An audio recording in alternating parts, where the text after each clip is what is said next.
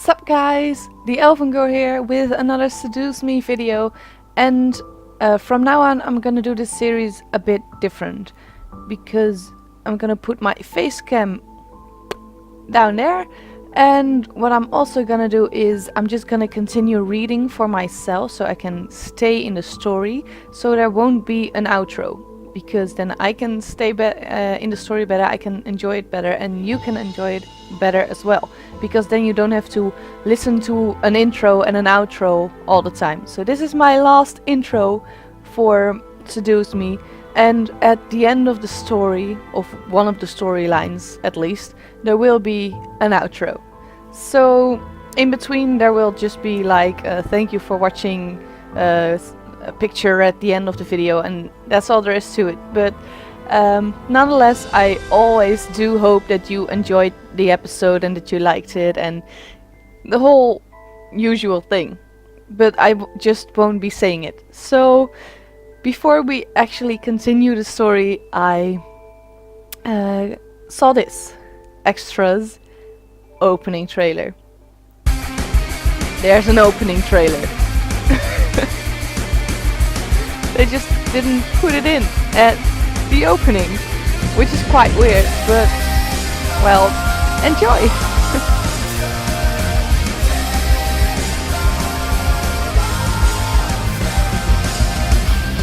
When I look in your eyes again, I get trapped within you again.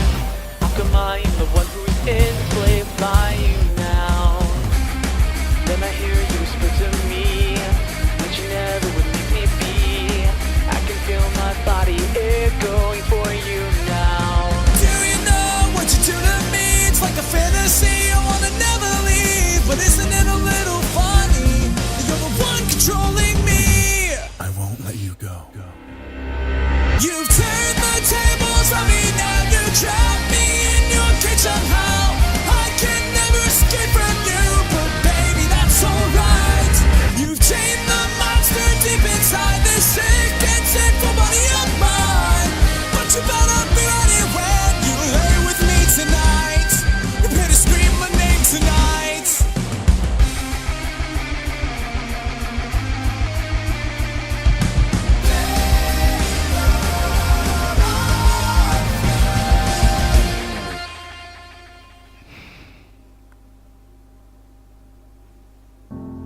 Anyway, that's it for the opening trailer. I thought I should let you guys see that as well.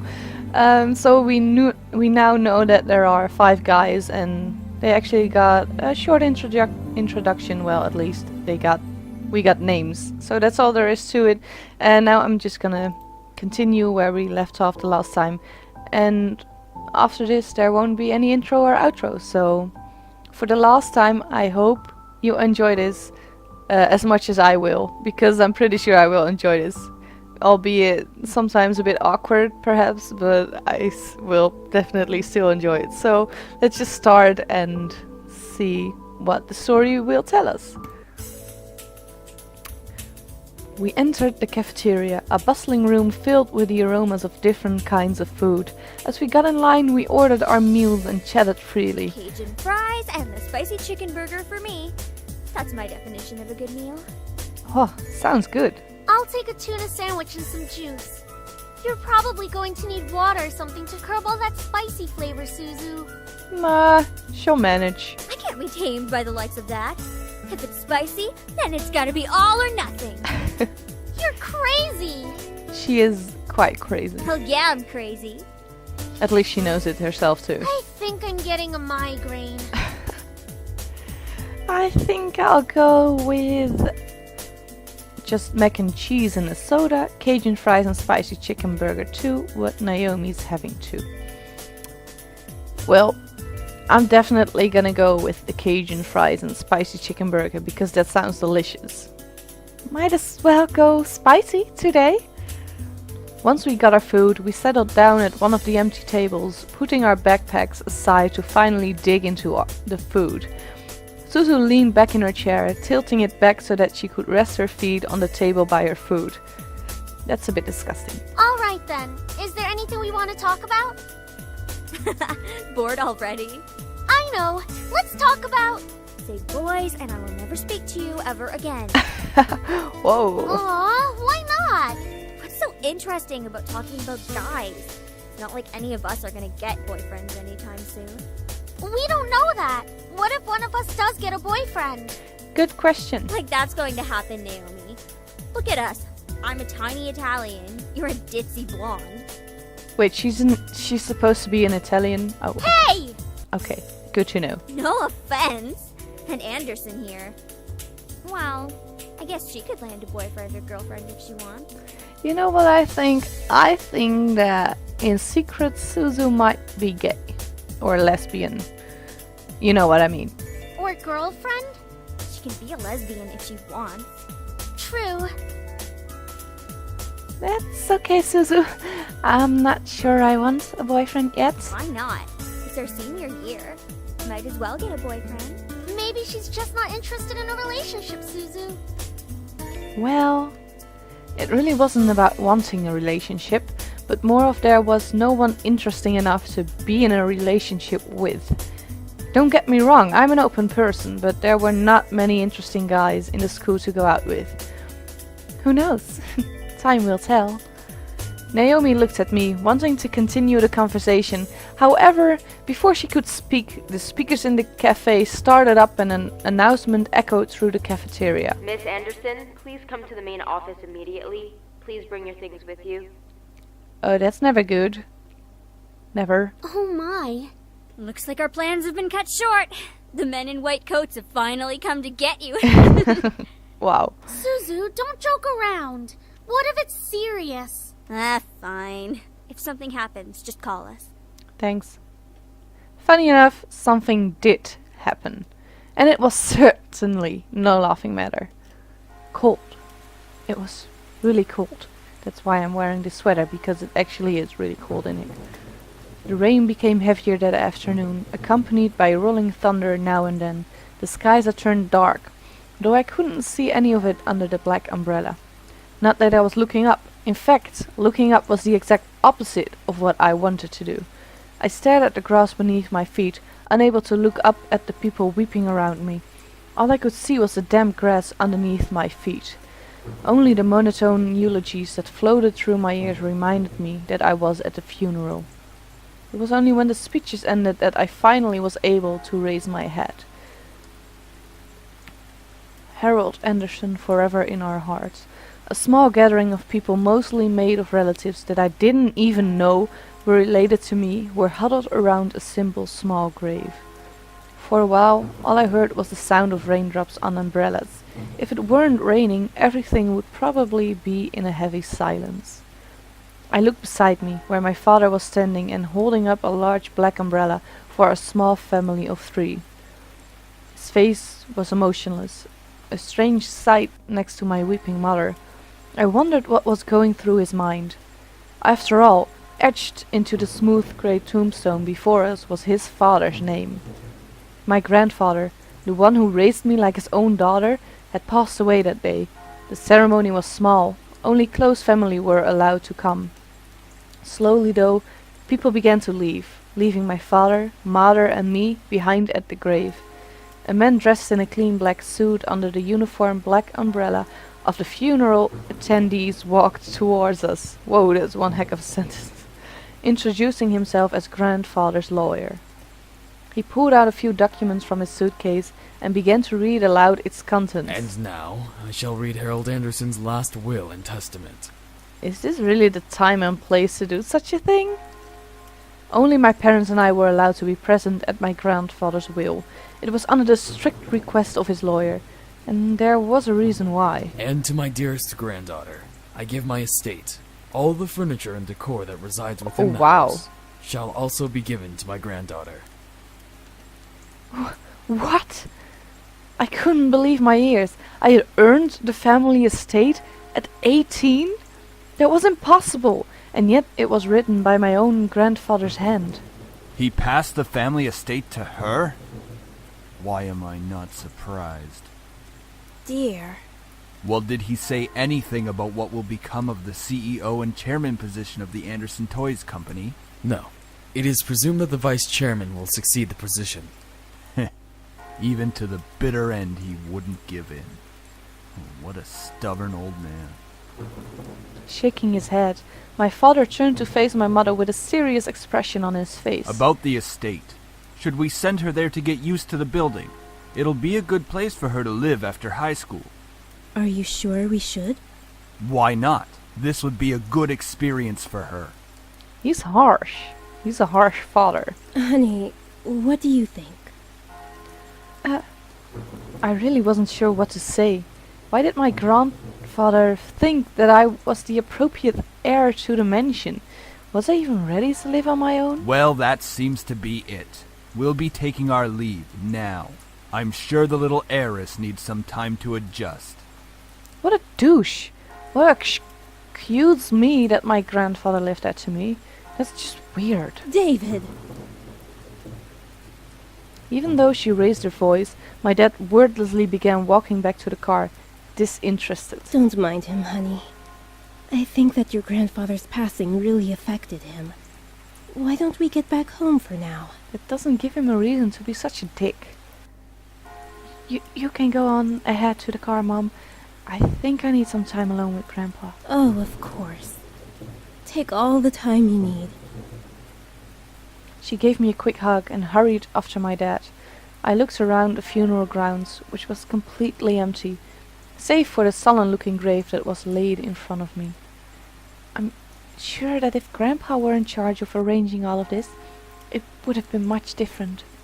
It was blatantly obvious that my dad was in charge of the whole event. Who else would bury their own family the same day they pass away?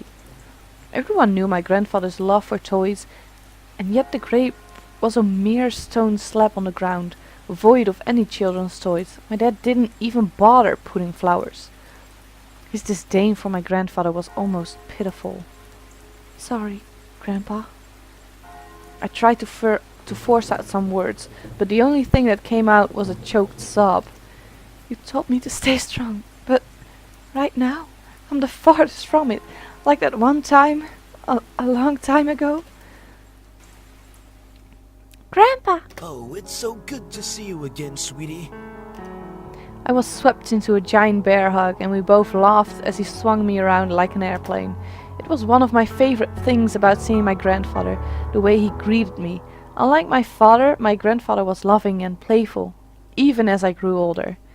Sorry that Daddy couldn't be here today. He said that he wasn't feeling too good again.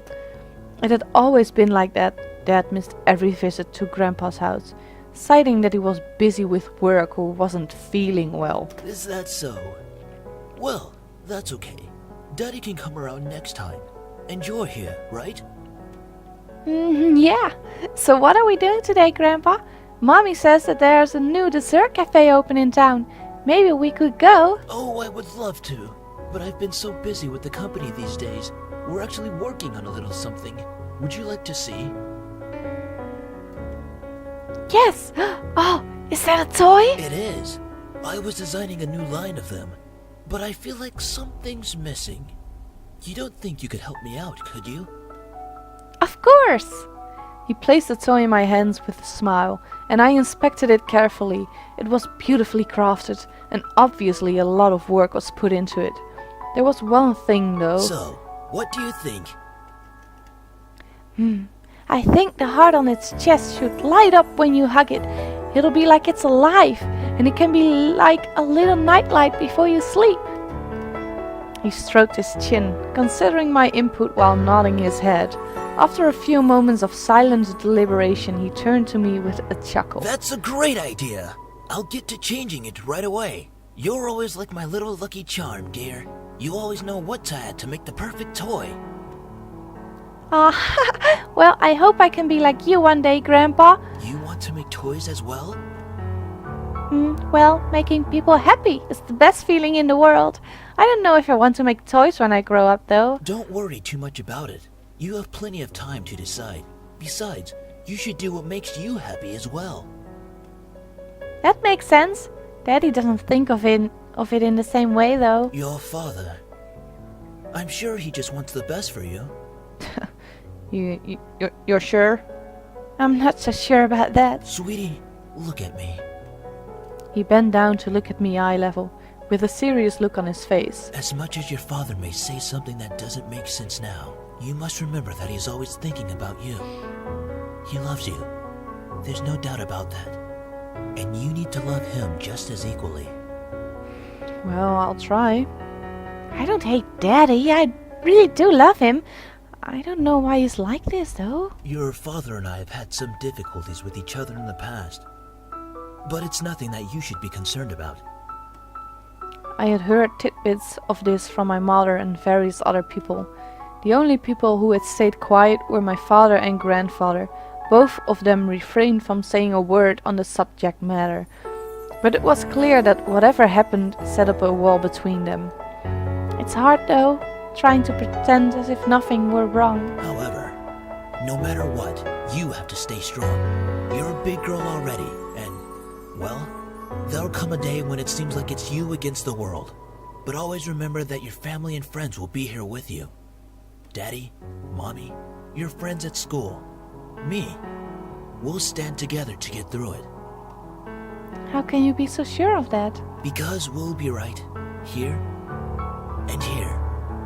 I think he pointed at our heart.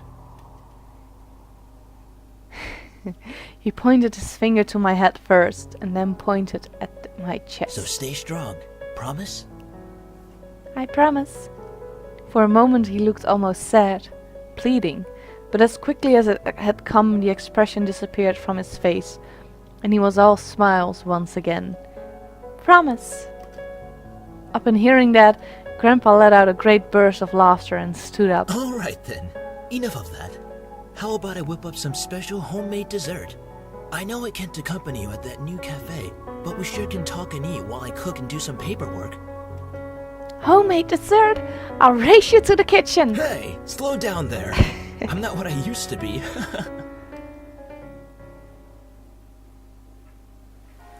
You willed me the very home I love to see in. Why? Why would you think I would be ready to take it? Especially after this. A surge of anger bubbled within me, but I quickly swallowed it. There was no use in getting mad, especially when the person in question was no longer there. I'm sorry. It's hard to stay calm when you've left me with so many questions. Especially about what happened between you and Dad. What am I doing? Talking to a grave. My vision blurred, and I suddenly realized that I was crying. My face heated up as tears rolled down my cheeks. I'll bring you some flowers later. I miss you, Grandpa. I'll try my best to fulfill my promise I gave to you, even if the world might be turned against me. I left the grave, wiping my tears hastily so my parents wouldn't see. Well, it's time to head back home. I'll cook up your favorite lasagna when we get home, okay? Sweet lasagna. Thanks, Mom. However, my dad didn't speak the entire drive home. I wanted to talk to him, but after his moment at the funeral, I wasn't sure if it was a good idea. It's about time we took off those dreary black clothes. Gathering my courage, I decided then that it was time to talk. Dad, could I ask you something? Go ahead. Why do you want me to move into the estate so soon? I thought I made that rather clear. The college near your grandfather's house is well known for its business program. You are planning to major in business, yes? Right after you graduate from high school, you'll just live there and can easily commute to and from school. It's a perfect fit for you. But it's so sudden. You just decided so quickly right after the funeral. Don't be so sensitive. If you're like that in the real world, you'll be crushed. I'm just saying that maybe we could talk a bit more about my future. In reply, my father rubbed his temples and sighed quietly. After you graduate from college, you'll work at Anderson Family Toys. I have connections since I am part of the board of directors, so you will be guaranteed a spot. That is what we talked about before, yes? But what if... Stop mumbling! But what if I don't want to work there? Don't be silly. It's the family company. Our company. I'm not just going to hand it over to some incompetent vice chairman. He came closer to me and his face softened. Look, this is all for the best, okay? You may not know it right now, but you will appreciate it later. For some reason, when I heard him say that, something snapped in me. I wasn't exactly sure what it was, but it made me feel so angry. Do you even care that Grandpa passed away? Of course I do. Well, everything seems fine and dandy to you. Things couldn't be better. Excuse me? I don't like your tone, young lady. It's like nothing even happened at all. Like you just ignored the fact that he's no longer here. Do not raise your voice at me. What did he ever do to you to deserve this? My father, his face hardened, crossed his arms and erupted in angry laughter. Ha! You sure place him upon a pedestal, like he's some kind of venerated god or something. It makes me sick. Is that it? Are you happy seeing Grandfather dead? While everyone was grieving, were you holding yourself back from laughing in everyone's faces? Did you feel just a bit happier seeing him lie in the graveyard? A flash of rage crossed his face and he whipped the back of his hand across my cheek. You don't know anything! Running your mouth like somehow you know everything that went on, when you're just a little girl that doesn't know how to keep her mouth shut! You did not know my father! You did not know what he was capable of. Is everything all right? What happened? Really, Mom? Now you're gonna appear like that? Nothing. I'm not hungry. I'll just go upstairs. Honey, wait! I quickly turned and ran up the stairs to my room, slamming the door behind me. My breath came in short pants, and for a while I just leaned against the door to my bedroom, eventually sliding down to sit against it. How did things become like this? My cheek still throbbed, and I tentatively stood up and looked at the mirror to see how it looked. Hopefully it doesn't bruise. What am I saying? Tears formed in the corners of my eyes, but I blinked them back rapidly. I couldn't cry for the second time today. I had to be stronger than that. Are you all right? Your father told me nothing happened, but you know your father. I'm fine. I just lost my appetite. The lasagna's done, though. And I don't want you skipping any meals. Are you sure? Yeah, don't worry about me, Mom. I'll come downstairs later to eat. You're not telling me the whole story. I just don't want to eat right now. Please, dear. Tell me what's going on. I wish you would tell me why you're being like this. I wanted to tell her. A part of me was screaming to tell her what Dad had done. At the same time, I knew she couldn't fix anything. Besides, I was moving out regardless. I remained silent, letting the event remain in the past. Well, I'll leave your food on the table if you want to eat it later. Finally, my mom left me alone. It was strange to think that she was only a few inches away from me, only separated by a single wooden door. I really didn't know what to do. I needed to do something, anything, to get my mind off of what just happened. Anything would be better than thinking anymore about the pain still radiating from my cheek. I was going to move into my grandfather's house tomorrow. I should probably pack my stuff so I would be prepared for tomorrow. Yeah, that was a good idea. I should start packing. I opened the closet, rummaging around for a while before I finally found 2 large bags, pulling them out onto the floor of my room. I then began to empty my drawers and cabinets so that I could bring all of my things with me. I didn't have much to bring, other than just clothes and some toiletries. It was kind of bizarre that I didn't have many personal belongings. It wasn't like my luggage was completely devoid of them, but I certainly didn't have many things in my room that I would miss if I just suddenly left the house. I shook my head to rid myself of those thoughts. If it were going to be my new home, it would have to feel like it. One way or another, I was going to make it a home.